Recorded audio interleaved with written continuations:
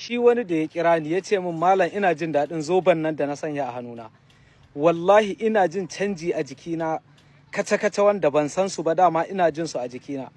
Na ce masa ai dama na faɗa ma asiri ko ya shekara 100 a jikinka in dai ka sanya wannan zoben, in Allah yarda sai sun lalace, kuma wallahi za ka samu kariya. Dafa'i ne kuma shi jalabi ne, kuma za ka zama ɗan nasara, za ka zama ɗan sa'a. Duk inda za ka shiga sai Allah ya baka nasara, duk abin da za ka taɓa sai ka yi nasara a kai. Zai yi wahala ka shiga wata harka ka ga baka bulle ba, zai yi wahala ka taɓa wani abu ka ga bai zama ma alkhairi ba. Wallahi wannan zoben jama'a kai sauri, ko kana wace ƙasa za mu aika ma ka mallaki naka. Wannan ba zoben wasa ba ne. Akwai sabulu da hayaƙi shakurukun dumshi ma. Wannan sabulu da hayaƙin ya zama kamar ma ɗan gida, wanda wallahi wasu sun mai da shi shine sabulun su wankan su safe rana dare koyaushe.